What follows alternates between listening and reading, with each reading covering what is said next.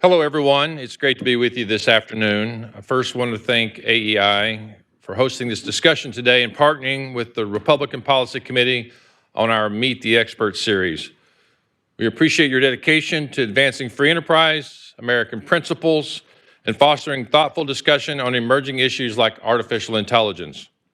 I'm Congressman Kevin Hern from Oklahoma's 1st Congressional District, and I also chair the House Republican Policy Committee. This year, the Republican Policy Committee has partnered with organizations like AEI to host discussions on important issues facing our national and political solutions Congress should be working on. I have the privilege of serving on the Policy Committee with my friend, Congressman Jay Obernolte, who represents California's 23rd Congressional District. Jay is the only current serving member of Congress to hold a graduate-level degree in AI, in addition to having real and substantial private sector experience. Congressman Obernolte brings a rare level of technical expertise to Congress, which is why he not only serves on the Republican Policy Committee and committees of jurisdiction, he also co-chairs the bipartisan Congressional AI Caucus in the House. And by the way, he's also a dear friend of mine and a fellow pilot. I also want to thank AEI Senior Fellow Jim Harper for leading today's discussion. A lawyer by training, Jim has served as counsel for the Subcommittee on Antitrust, Commercial and Administrative Law of the House Judiciary Committee, and as counsel for the Senate Committee on Government Affairs. More recently, he worked at the Competitive Enterprise Institute and the Cato Institute, focusing on the intersection of business, technology, and public policy, including privacy, surveillance, data security, telecommunications, and cryptocurrencies. At AEI, Jim focuses on privacy issues along with legal policy and constitutional law. Today's discussion will focus on the AI systems and technologies we have today, what regulation looks like at the federal level, the balance between gains of productivity with AI usage versus the job market, and the U.S. competition in China. With that, I'll turn it over to Jim. Thank you all. Thank you very much, Chairman Hern. It's a great partnership, and thanks for coming over here. Your introduction could have been something more like Jim Harper is here too, but thank you for your kindness and again for working together with us, and for bringing Congressman Jay Obernolte over here, who is truly an expert and has worked indefatigably on these issues. I will hold up and show you the report of the Bipartisan House Task Force on Artificial Intelligence. I was happy to participate in one of the task forces, and there were task force meetings, and there were many. Ours was on the question of federal preemption, which I know is a big interest of yours, and we sort of have news in the sense that President Trump came out with an executive order dealing with preemption on Thursday last week. So let's jump right in on that. What are your impressions? What are the strengths? What are the weaknesses of the EO on preemption? And then after that, I kind of want to talk more generally about the preemption issue, but immediate response to the Trump executive order? Well, I was very happy that the executive order acknowledged the critical role that Congress is going to have to play in implementing preemption, because as you're aware, some of the early drafts of the EO just took unilateral action. And it's pretty clear that that's not something that's constitutional. Certainly it would be subjected to legal challenge, and I think it would be legal challenge that would eventually be upheld. But the EO, as written, acknowledges the role of Congress and calls on Congress to implement a preemptive framework, and makes it clear that the actions that the executive branch are taking are to support the effort by Congress and to be interim, until Congress can actually get legislation passed. So I think that was, actually a very welcome development.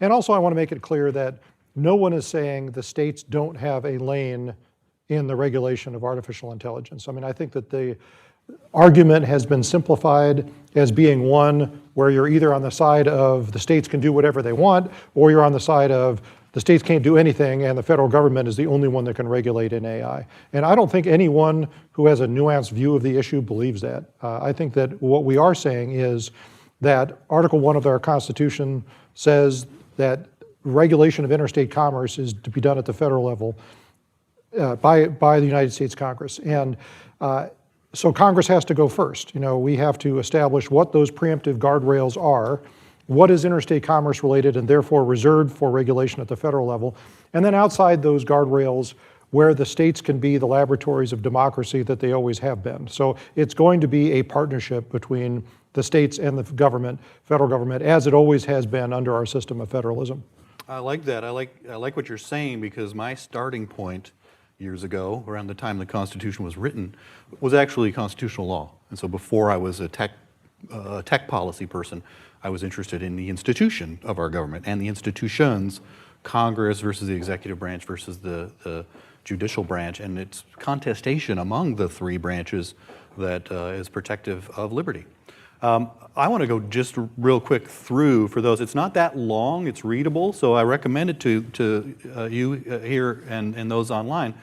Give it a read over, because it is a very interesting document that, and I don't mean this, it's creative in senses. I don't mean that in a facetious way. Oh, darn it, I thought you were talking about our task force report. The task force. You mean the executive order. All right, well, read that too. I would summarize this for you, but it would be more than the hour. We've got a ton of material in here as well. But obviously getting federal authorities together to assess state law and state activities in the AI area. AI Litigation Task Force may contest against state AI laws that the task force deems inappropriate. And interesting sort of restrictions on funding, restrictions on grants, restrictions on BEAD funding, which is broadband access deployment. In an institutional sense, I've never really loved South Dakota versus Dole, which established that the federal government can make funding to states contingent on following federal policies. That was part of a long, now a 100-year-long trend of moving more and more authority to the federal government with less and less responsivity that we had when government was more state and more local. Still, not necessarily entirely inappropriate. The creation, ideally, of a federal reporting and disclosure standard, and special reference to the possibility that state regulation, I'll credit it as aimed towards being, toward non-discriminatory AI, could actually be warping of outcomes. And the executive order treats that kind of thing as trying to require AI to not tell the truth. Let's talk a little bit about that seam between AI and decision-making, speech, and the First Amendment. Should anyone be involved in regulating AI, given that this is information technology, and at its core, it's code and it's information very closely related to speech? How do we even think about that? My question may illustrate that I don't know. Well, let me suggest that it's helpful to concentrate on the fact that here in America, we regulate outcomes. We don't regulate tools, right? And we're not regulating for the purpose of regulation. We are regulating for a specific reason, which is to mitigate some of the harmful effects of the malicious use of AI on American citizens. So if that is kind of our North Star, then I think it simplifies matters. So a lot of Americans are under the illusion that AI is largely unregulated in the United States, and that is absolutely untrue. I mean, first of all, we don't need a whole separate body of law that deals with harmful outcomes if we already have laws that deal with that. I mean, an obvious example is we're very concerned about the malicious use of AI for cyber fraud and cyber theft. That's happening with increasing frequency. But we don't need new laws that make it illegal to use AI to steal someone's money. What we do need to do is to equip our law enforcement agencies with the tools and resources that they need to police this activity and to catch the people who are doing it. But we don't need a new law that says that. Kind of less obviously, we can talk about some of the things you alluded to, like misinformation and bias. There was a well-publicized example a few years ago where a company developed an algorithm for the automated screening of resumes. Do you remember this? It was it was widely publicized because of the potential harmful biases that were baked into the training algorithm. So the idea was that the company was going to automate this step between when a company posts a job opening, you get 1,000 applications, and you want to winnow that down to the 100 that are going to get a human callback, to then winnow that down to the 10 that are going to get interviewed. So in retrospect, we would acknowledge that this is a highly consequential decision-making process, right, that deserves extra scrutiny because of the potential impact on the people who were screened out. But it was the early days of AI that wasn't well understood, and so this company developed this algorithm, tested it, and it was determined to exhibit some very harmful racial biases. And those biases were unintentional, but they were baked in by underlying bias in the training data. So it was good it was unintentional, it was good it was caught before it was deployed. It taught us a lot about not only the need for scrutinizing automation of highly consequential decisions, but also the way that those biases can creep into an algorithm through the data it's trained on. But nothing in that whole story should distract from the fact that it was already illegal to use anything that biases a hiring decision in a racial manner. And it doesn't matter if you use AI to do that or another tool to do that. And so if that algorithm had been deployed, the moment those biases were exposed, it would have been illegal to continue to use it. And so to answer your question, I mean, that's the way that we kind of sort through that complicated issue, is by focusing on outcomes, the outcomes we're trying to prevent. And that clarifies our role as regulators in regulating the tools that lead to the outcomes. Endorse, and I watched a PBS NewsHour blurb on the Trump EO last week on Thursday. I don't remember the name of the tech reporter who just said flat out, AI is unregulated right now. You have to really, really be oblivious to the Anglo-American legal system to think that anything is actually truly unregulated. Well, certainly. Because no matter what technology you're using, no matter what your business or business practice, if you harm people, you will suffer liability. Foreseeably, if you harm people, you will suffer liability. And so AI is already fully regulated. Sure, and in you this know, our country under such sectoral rules. regulators Yeah. are already Absolutely. regulating in their sectoral spaces. I think we point out in that report the fact that the FDA has already issued over 1,000 permits for the use of AI in medical devices, which is just about the highest risk usage you can think of. You know, something that's going to be used to in a device implanted in someone's body or used in a diagnostic test that makes decisions about their health. And yet the FDA is already navigating this. NHTSA is already regulating the use of AI in autonomously driven vehicles. The FAA is already regulating the use of AI in aircraft avionics, and the list goes on and on and on. So that's what we are recommending in that task force report, is that we continue this sectoral approach to AI. Because if one thing has been clear, it is the fact that the risks of AI deployment are highly contextual. So it matters very much what you intend to do with the algorithm when you're trying to determine what the risks of deploying it are. And once you've embraced that fact, you realize that it's a lot easier to teach the FDA, for example, what it might not already know about AI than it would be to teach a brand new regulatory agency that just regulates AI everything that the FDA knows about ensuring patient safety. It takes a special kind of knowledge to believe that AI is unregulated. We started right in, but I want to go at a base question. It's one that I talked about when I came before your task force, and it's one that's kind of been hanging out there for a long time. And that's kind of the definition of artificial intelligence. This is about computers, right? You're talking about my definition of AI? I love that joke, by the way. Thanks, Alfer. It seems like the conversation is orienting itself around LLMs, a specific technology that we can kind of grok. Tell us, for the people who don't understand it that well, tell us a little more about LLMs, and are there other types of technology that fit within the AI category that you're thinking about that are important? Yeah, no, it's a really interesting question. Most people are surprised to learn that there is no formal legal definition for what artificial intelligence is.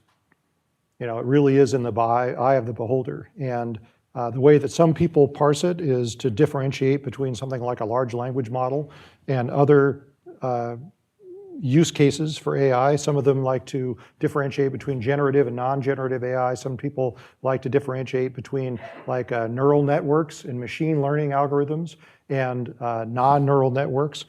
I take a more human-centered approach, and I say that artificial intelligence is anything that makes a machine behave like a human or solve problems that are traditionally solved by humans. And I think that really clarifies the issue. If you were really going to get down, into the weeds on it, when I first started getting involved in AI in graduate school, doing some of the early research in natural language processing and machine vision, we were chiefly using deterministic AI, right? So what we would call a heuristic, some kind of rule that would guide the behavior of a computer, but still a rule that you could follow. I could write it out for you on paper and you could go down step by step by step, which is very much not how large language models work. They are non-deterministic. You train a neural network and then you put the question that you want answered and you get the output, and you don't have a set of rules that it followed to arrive at that outcome. You just know what you trained it on, right? They work in totally different ways, but to me, they're trying to accomplish the same thing, which is solving problems that are not traditionally solved by machines. Is there a risk that regulating AI as such, and you've already steered us away from, correctly so, I think, from tech-specific regulation, but much of the conversation around regulating AI or a federal minimum standard or whatever it may be ends up getting toward regulating decision-making entirely. Your company's using AI, we're gonna have to take a look at how it's using the AI. That's the same as we're gonna have to look at how you're making all of your business decisions or things like that. I wanna explore that risk a little more. Can you conceive of a federal regulation of AI that is not regulating decision-making? Because I don't think you should, and I think maybe constitutionally you can't. No, sure. I think that we're right to be concerned about that. Part of the problem is that if you focus on the fact that AI is making the decisions, you're focusing on the wrong thing. So we can talk about federal regulation of financial services, and we can talk about like a mortgage application and the underwriting decisions that are made on a mortgage application. That is also a highly consequential decision, right? Because the person that's applying for the mortgage, if you tell them no, they might not be able to buy a house. So we worry a lot about that, but we don't have to worry about that in the context of AI. I mean, an underwriter could be using a completely deterministic algorithm now, that says, what percentage, what is your total income? What percentage of your income would be consumed by your mortgage payments? How long have you been at your job? And some factor that weighs all of those things and gives you a score, and if the score is above a certain level, then your mortgage is automatically approved, right? That has nothing to do with artificial intelligence, nothing.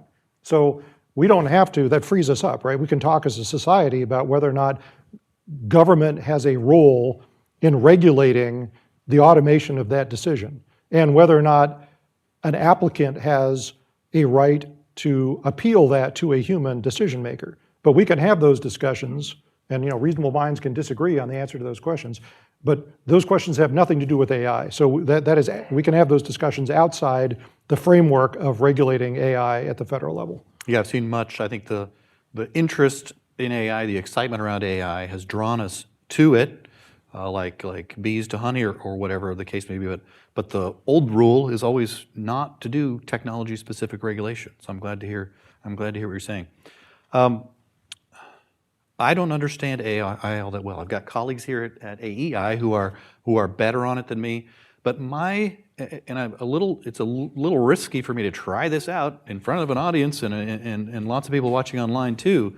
But my estimate of how large language models work, and I'm mostly talking about literal language models, but it may be true when you're doing all kinds of different data too, is that it will tend to arrive at an average by predicting the next word in a sentence and so on and so forth, and coming up with a sort of consensus, quite broad consensus, but consensus language and consensus thinking. It's always going to kind of aim toward the middle. In my own experiments with AI, limited though they are, I've thought, I owe my people a blog post. I should really just ask AI to write it, and it's terrible. I say because I think my own writing is rather good, but I'm trying to actually break new ground and say something different. So maybe this is just a specialized case where your average college student is just fine by hitting the middle.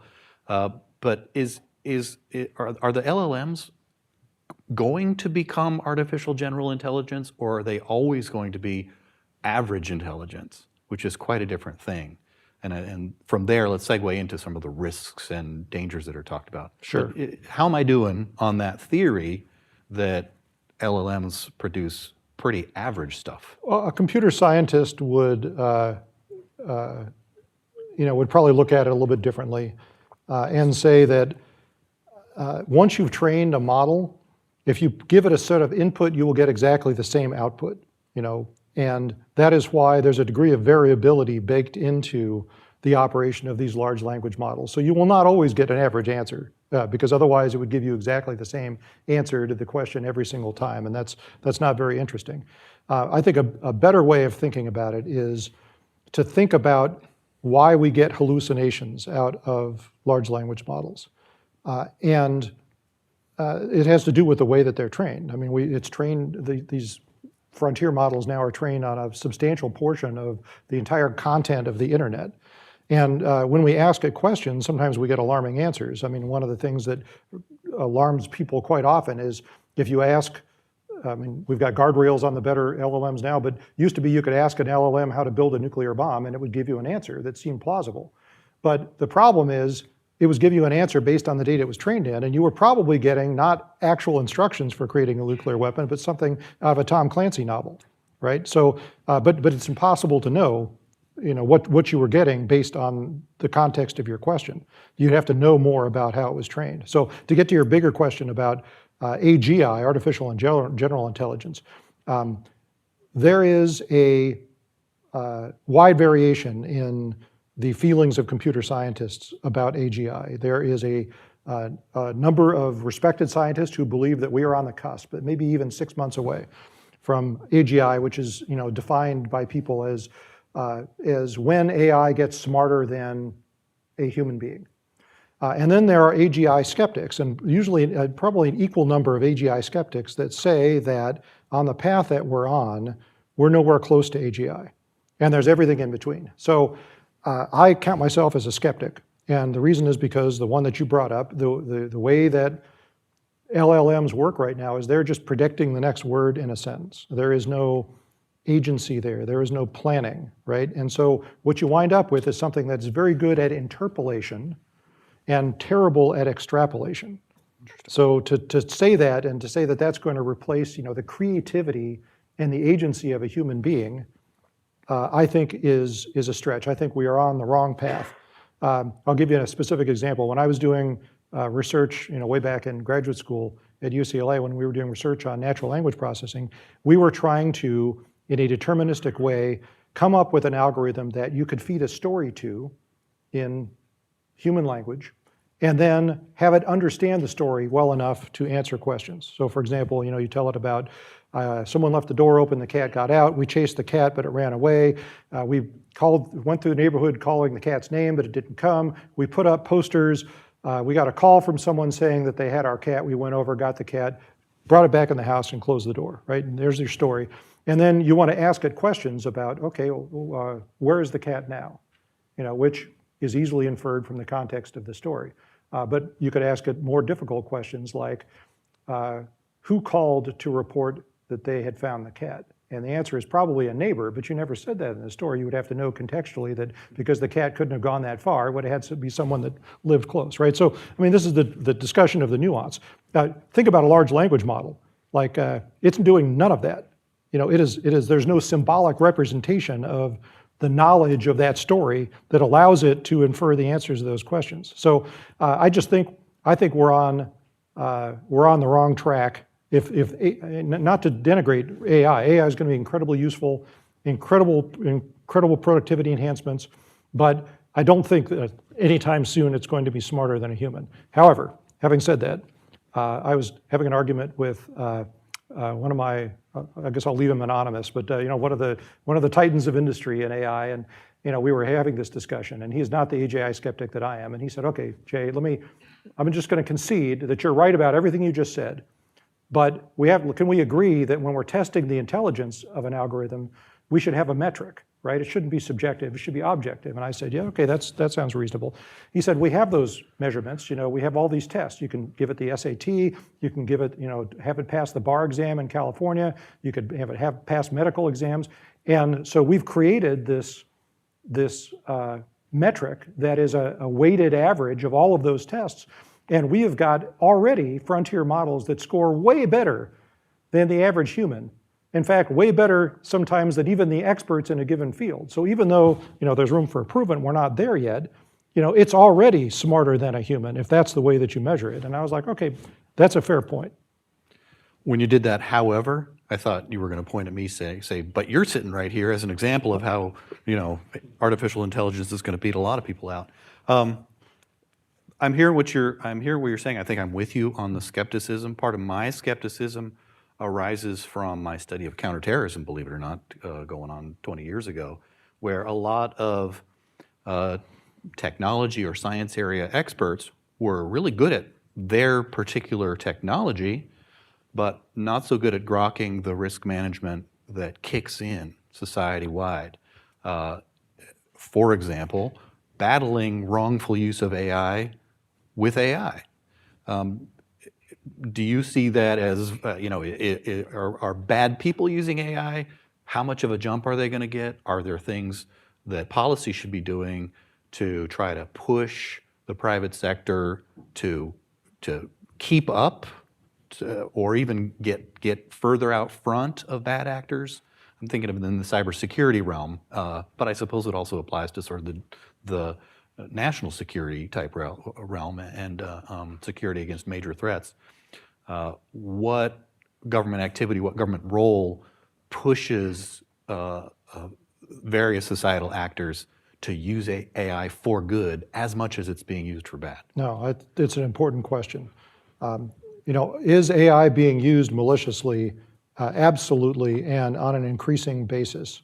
There is no one that serves in representative government that doesn't hear horror stories every day about constituents who think that they got a call from their grandson from a Tijuana jail, and all he needs is some Best Buy gift card codes to get the police to let him go, right? And shortly it's going to be video, right? Generative AI is going to be good enough that you'll get someone that looks just like your grandchild. And if you don't have the technical sophistication to know the way that AI can be used to produce that fictitious content, then you could be susceptible to that. That's already happening today, and it's going to get worse. Now, as you pointed out, the good news is that the best defense against the offensive use of AI is the defensive use of AI. That's certainly true in terms of verifying the authenticity of content, but it also is true in realms like cybersecurity, where recognizing a cyber attack can be done very successfully by AI, and it's almost better to use it defensively than offensively. So I think that we're going to make a lot of progress there. I'll tell you what I really worry about. I mean, people ask, we talk about what lawyers call the parade of horribles, all the different bad stuff that can happen related to AI. And I get asked all the time, well, what keeps you up at night? And no, it's not an army of evil robots rising up to take over the world like out of a Terminator movie, but I do worry about the spread of mis and disinformation and the way that we as a society are so susceptible to confirmation bias, to content that gets fed us that reinforces the biases that we already have and the things that we already believe. And already, a wide variety of different entities, including, by the way, both political parties and including, very importantly, our geopolitical adversaries, are leveraging that to try to weaken our society and weaken our democracy. And I am very worried about that. And I don't have a good solution for how to solve it, because it would require us to become a lot more sophisticated consumers of content, to be able to have to ask ourselves the question every time we see something, is that really true, or did someone just have some reason for wanting to feed that to me? And we just don't do that. I mean, it started up my mother's generation. I still have to explain to her that just the fact that she read something on social media does not make it true. And we chuckle about it, but she grew up in an era when there were 4 TV channels, and if you saw something that was broadcast, it was reasonable to assume it had been vetted, because it almost always had.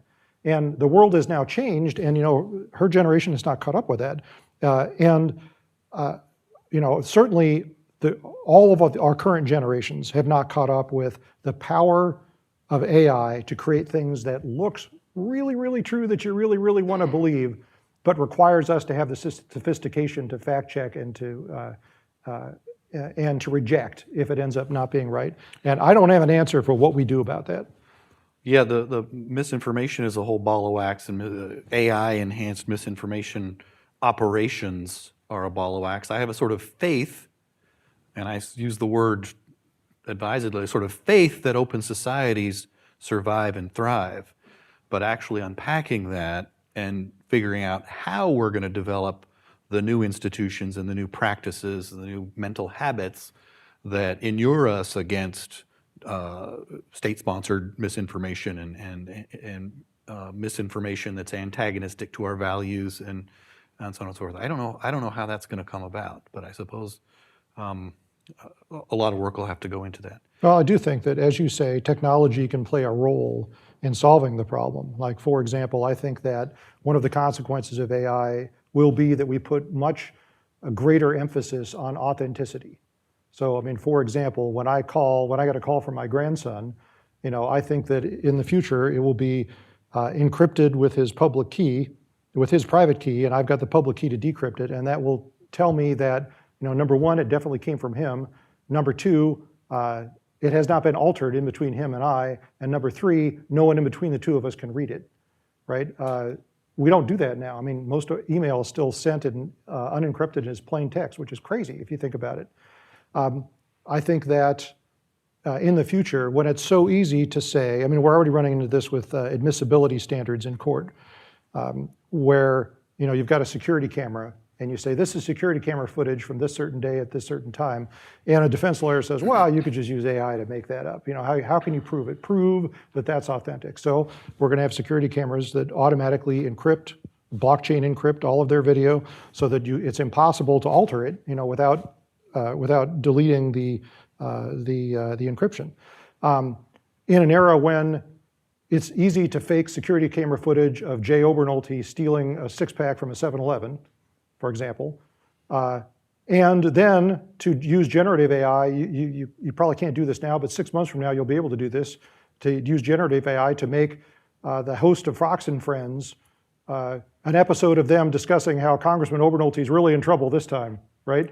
When in an era when that is so easy, people are going to put a premium on, like, is that really Fox and Friends? And you know what? Who else is going to care about that? Fox, right? So they're going to be incentivized. They're not going to need government to force them to do this. They're going to be incentivized to blockchain encrypt all of the stuff they put out in a way that puts a watermark on it that is destroyed by any alteration of it. And that way you'll be able to apply, a little filter and say, yes, that is authentic content. Fox created it, has not been altered.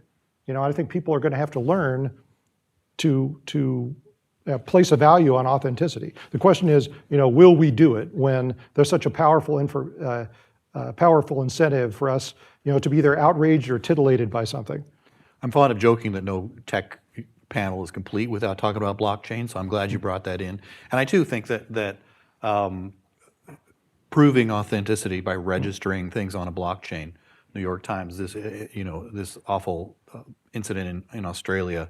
I noted this morning reading something that New York Times saw, had some video from it, and they said specifically, the New York Times has verified that this video is real, and that's important to do and say. And more over time, I hope that our conventional media outlets will do something like blockchain registration of their content, so that people can tell the difference, and maybe your web browser will start to carry signals that this thing has no provenance. The thing you're looking at has no provenance. This has provenance. This does too. This does too. This doesn't. And people might naturally start to distinguish among the two. Let's talk a little more a different dimension of this, and maybe more specifically oriented toward China. The starting point for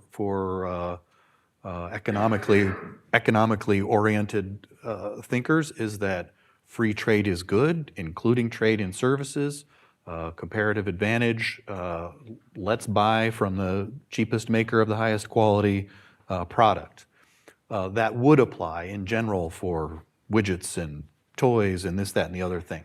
But there is an information overlay If we were to buy all our AI from China, AI services from China, there's where China and the Chinese government will have more access to Americans and what they're doing, and also the opportunities to distort, warp, and misinform.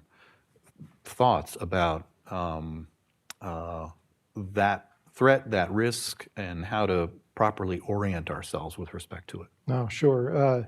The geopolitical dimension of AI is one of the most important dimensions when we talk about AI federal policy. And China's always should be the first country that we have a discussion about. And for the reasons that you brought up, I mean, a lot of those reasons were at issue when we passed the TikTok ban. And that's not something that we did lightly. I mean, as a limited government conservative myself, I'm very reluctant to wade into an issue like that and say, I'm going to take this service that millions and millions of Americans use and make it illegal, right? That's not something anyone wants to do. But in this case, it was very clear that in the hands of a geopolitical opponent like China, that capability was very dangerous. But in a larger sense, AI is so important to our economic and military confrontation with other countries. And China has made the commitment, they made it in 2020, to become the worldwide leader in AI development and deployment by 2030. And they are devoting vast amounts of resource to accomplishing that. And in some ways, we're at a structural disadvantage, right? Because we don't have a centralized control over our economy. They do, right? So it's very easy for them to say, we are going to build, X number of data centers, and we are going to build, X number of terawatts of new generation to feed those data centers. And, they can do these things with a central planned economy much more easily than we can. However, we have some structural advantages too. I mean, we have our commercial and free market enterprises are second to none. And to empower US entrepreneurs to figure out ways of using AI to make business operations more efficient and productive. I mean, we do that better than anyone in the world. But we cannot ignore it. I mean, we are currently still in the lead by most metrics. However, most metrics would tell you China is not that far behind. I mean, probably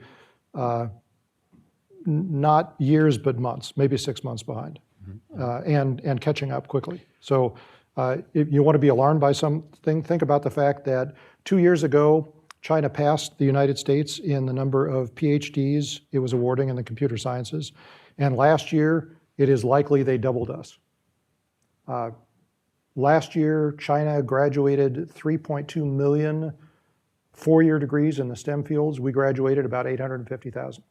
So about a quarter as much. Now, that is alarming. That can't continue if we're going to maintain our lead. My hope, of course, is that they're cooking the books. Let's hope. I have, if you have evidence that they are, I would love to see it. Unfortunately, I don't. It helped me sleep better at night. This may be a little lightweight, but what you've said segues into a sort of a question on my mind, which is sort of the hype cycle, bubble cycle versus substantive rewards, returns from AI. What's your thinking on that? Are we staring down the barrel of a 1999, 2000 .com bubble, or is the actual value of AI filling in pretty fast so that we won't suffer a recession in the AI field? Where do you see things right now? Well, it's a really interesting question. So I think we have to define the terms of our discussion, right? Because if we're talking about whether or not where Microsoft stock or NVIDIA stock is going to be a year from now, that's a different discussion. Then you get into long-term return on investment and P&L multiples and lots of things that the average American doesn't care about. However, what we have done a terrible job at is defining the optimistic upside of AI. I was giving a panel discussion, it was a couple of weeks ago in my district in Loma Linda on artificial intelligence. And we were talking about, a few minutes ago, the parade of horribles, all the bad stuff that can happen, malicious use of AI. And at the end of it, a constituent came up to me and said, Congressman, if AI is so bad, why don't we just ban it? And I thought my head was going to explode. But then I thought, wait, this is not her fault. Like we spend all our time talking about the parade of horribles, and we don't tell people like why we're doing this. And I mean, two things are abundantly clear. First of all, AI is already the most powerful tool for the dissemination of human knowledge that mankind has ever created. It can teach already anyone anything that they want to know in whatever learning style is optimal for them. And that has profound consequences for human empowerment. And we are just starting to reap those benefits, and we're going to continue to reap them.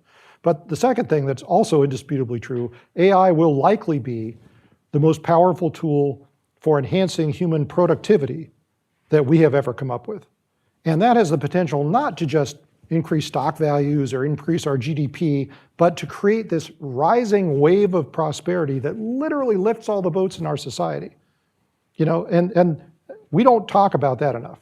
I want to turn to questions from the audience because we have a highly skilled audience here. But I'll just observe a sort of vignette on that point. I attended a privacy governance conference. Maybe it was focused on AI especially, but on one particular panel discussion, the leader, who's a Harvard muckety muck, picked up one of these AI companions that was oriented toward older people, that would have conversation with them, remind them about taking their medicine. Hey, you weren't feeling so well yesterday. How are you doing today? And in particular, a video of a lovely older woman who really enjoyed her AI companion. And he stops the video and everyone goes, "Oh, creepy, huh? Whoa." And I was angered, frankly, because there are millions of older Americans who are lonely and who are forgetting their medications. And we elites sitting where we are, healthy and young and families around and things like that, deciding we're going to judge whether it's appropriate or not for people to have AI companions. What about all the weird things they might do? Of course there are weird things they might do, and there are problems to be solved. But the idea that experts and elites would sit back and frankly mock people for engaging with an AI companion and living better lives thanks to AI companionship, it frustrated me, because we live really well. If you're here, you're living really well. If you're watching online, you're living really, really well. We're all part of the elites. And getting things like companionship out to people who aren't living like we are is so desperately important. That's just one example that I picked up on where there's too much of this parade of horrible stuff and not enough of this opportunity stuff. Sure. So before I start crying at my own exposition, let's take a question right down in front right here. We're going to have fun, by the way, in the Q&A. I'm going to ask questions on opposite sides of the room so that Julia has to run around a whole lot. Go ahead, please. Thank you, Jim. Steve Del Bianco with NetChoice. With respect to the executive order, NetChoice has a lot of experience suing states over unconstitutional laws. So we are volunteered to the administration to help in any way we can to sue over laws like California, New York, and Colorado. But that's really just to buy you the time, Representative, to do what you said earlier, for the time for Congress to act. With a exceedingly divided Congress, likely to be the case in the years ahead, what do you see as the key elements to put into standalone legislation that would have the states understand they can enforce all of those different kinds of laws against harm, and for them to leave the field alone at regulating the tool? Sure. No, it's a good question. First of all, you don't have to wonder, because we put it all in that report. There's a whole chapter on preemption on there. There's a chapter on healthcare. There's a chapter on intellectual property. We laid out what we think needs to be done. There's kind of good news and bad news. The bad news is it has been so difficult to get any legislative oxygen, to get anything substantive through Congress this year. I mean, we wanted to introduce. We've got language. We wanted to introduce in August. Originally was our plan, and then we've got the government shutdown and all the drama leading up to it and the drama after it. We got back from the shutdown, and what did we spend 80% of our floor time in the House doing the first week? Considering 5 different censure resolutions against various members of Congress, because that obviously is more important than substantive policy. I mean, it's just make your hair fall out. Like we've been talking about NDAA, we had to get that across the finish line. We're talking about healthcare and the ACA, the expiring ACA tax credits. Don't even get me started on that. I sit on the health subcommittee, but all of these other things, and then the parties at each other's throats and all the political red herrings and coming into an election year, and you can look at that and despair, like that we're ever going to be able to get this done. On the other hand, if you want to be optimistic about it, think about this. That task force report, we had 24 members of our task force. I asked the speaker to eschew the usual practice of appointing a larger number of members of the majority than the minority. I said, anything that we get done that's durable is going to have to be bipartisan anyway. We need 60 votes in the Senate. Give me an equal number of Democrats and Republicans. So we had 12 Republicans, 12 Democrats on that task force. It was unanimously approved, that report, by all 24 members of our task force, as well as the speaker and his staff and the minority leader and his staff. So that 270 pages, 80 some odd concrete policy recommendations are the things we all can agree on. And I think that should give people some optimism. And wouldn't it be nice, wouldn't it be amazing to be able to accomplish something substantive and durable on a topic as important as AI regulation on a bipartisan basis? Wouldn't that maybe restore people's trust and faith in the fact that our government can function and the parties can actually get along and get something done? So I'm hoping that we're at an inflection point there. Let me plug some of my own stuff on the federalism issue. A paper available on AEI.org that Jeff Manny of the International Center for Law and Economics and I published a little while back. We were oriented toward the privacy issue, but I think it applies well here too, which is Congress could require states to respect contractual choice of law provisions. So an AI provider says, we're going to operate here under Utah law, we're going to operate here under New York law, pick your state. And we argued there that if states were required to respect, and this would be a lightweight Commerce Clause supported regulation, requiring states to respect those choice of law provisions would allow for competition among states to provide the most supportive laws, the laws that were best. Some might be very tightly protective. Some might be more loosey-goosey. There would be competition among providers to say, we're regulated by the highly regulatory state, so come to us. We're not so regulated, we provide better product, so come to us. And let that be a dimension of market competition, is which law you work under. So you wouldn't need a federal standard, you could offer one as an option too. Anyway, that's some of our stuff. Another question from over here, let's take the gentleman right here.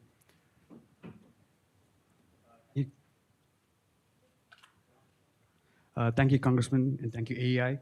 My name is Kedar Sankaraman. I'm here with ACT, the App Association. We're a trade association for small and medium-sized technology companies. And first of all, I just want to acknowledge and thank you for mentioning the applicability of existing laws to AI use cases. That's something that our members value a lot, and we do have reporting and analysis coming out in the new year on how existing laws apply to AI before new policymaking can happen. So I'm loving hearing that from you. My question is, how do you see the role of standards when it comes to AI policymaking? You alluded to things like definitional problems when it comes to AI, like even things like defining what AI is. Jim, you asked a question on the role of government and how government can play a role with industry and institutions in governing AI. So just curious about your opinions on standards and the role of industry and the role of institutions like NIST and how they can work with industry to set the guardrails and have industry lead the way. That's an important question. So what we are proposing in that report is what we call the hub and spoke approach. So the spokes are our sectoral regulators, and the hub is a well of resource and tools and technical talent and standards and testing and evaluation methodologies that create a toolkit for the sectoral regulators to use. So we were talking about the FDA a few minutes ago, right? And you don't want to have to teach a new agency everything the FDA knows, but it also would be unfair to make the FDA go to the drawing board along with every other sectoral regulator when it comes to testing and evaluation standards, for example. So that's the whole purpose of the hub in the hub and spoke. And it's interesting to note that two successive administrations now have proposed essentially the same thing, where under the Biden AI executive order, it was the AI Safety Institute, which was housed under NIST. In the President Trump's AI action plan released this summer, it's Casey, but also importantly housed under NIST. And that's where we think it belongs as well, because fundamentally NIST is a non-regulatory agency. They do not have the authorities to actually impose any of the standards they create. And that's really important because we think that if you ever entrusted the creation of standards to a bureaucracy that did have that power, that it would creep into regulation, outside this framework of sectoral regulation. So that's what we see the role of Casey within NIST is doing, to create this regulatory toolkit that then the sectoral regulators that do have the authority can pick which tools to use that are appropriate for their sectoral laws and which ones aren't. Let's come over here. Hi, Trooper Sanders. I was wondering if you could spitball a bit on productive federalism. And if you were meeting with the best children's advocates in your district, what would you advise them when they come to DC to help you and colleagues get done in terms of aligning AI with the best interests of children federally? And what should they go to Sacramento and try to get done? Sure. Well, the cynic in me wants to point out that productive federalism is an oxymoron. But honestly, your question gets into a very interesting corner of preemption, which is consumer protection. Because under our system of federalism, that is something that federal government has largely delegated to the states. And in the president's executive order that he issued last week, he continues that tradition. I think that's one of the specific carve-outs. He said that consumer protection should still continue to be, a state responsibility. So now you have to start threading the needle on, what do we mean by consumer protection? And that's the difference between development of AI and deployment of AI, where it might not be reasonable to put a restriction on a state that says you can't develop an AI that does X, Y, and Z, but a state might be able to say in certain sectors, under the carve-out for consumer protection, you may not deploy an AI, in these contexts unless you have done X, Y, and Z, and you've, fulfilled these requirements and complied with this transparency. So it's going to require a partnership for sure at the state and the federal level. We're having a really interesting discussion, actually, as an aside, in the Energy and Commerce Committee on a very related, similar topic, which is the topic of kids' online privacy and the protection of kids' online behavior. And it's really poignant when you talk to parents who have lost kids through malicious activity, online bullying, non-consensual intimate imagery. But it's interesting because we have to navigate the same landscape. And if you want reason for optimism, since we want to be optimists in the room, think about the fact that of the few really substantive things that Congress has done in this space in the last year is the law that was signed by President Trump, the Take It Down Act this summer, on non-consensual intimate imagery. And that's very much on topic for this question. So I think there is a role to play, but it's going to be a partnership between the states and the federal government. We've arrived at time. I knew we would have good questions from the audience, and thank you to those of you who we were able to fit in. Sorry to those who we could not. No surprise that we are meeting one of the experts in having Jay Obernolte over here, and thanks to you, Congressman Obernolte, thanks to Kevin Hern and the Republican Policy Committee for getting us all together. Thanks to you here in the audience, and thanks to those of you watching online. I have learned a lot. I will continue to learn. I know we all will. As we embrace AI, gather its benefits in American fashion, and try to dissipate and dispel the risks and harms that could come from it. So thank you, Jay Obernolte, for coming out today. Thank you. It was fun.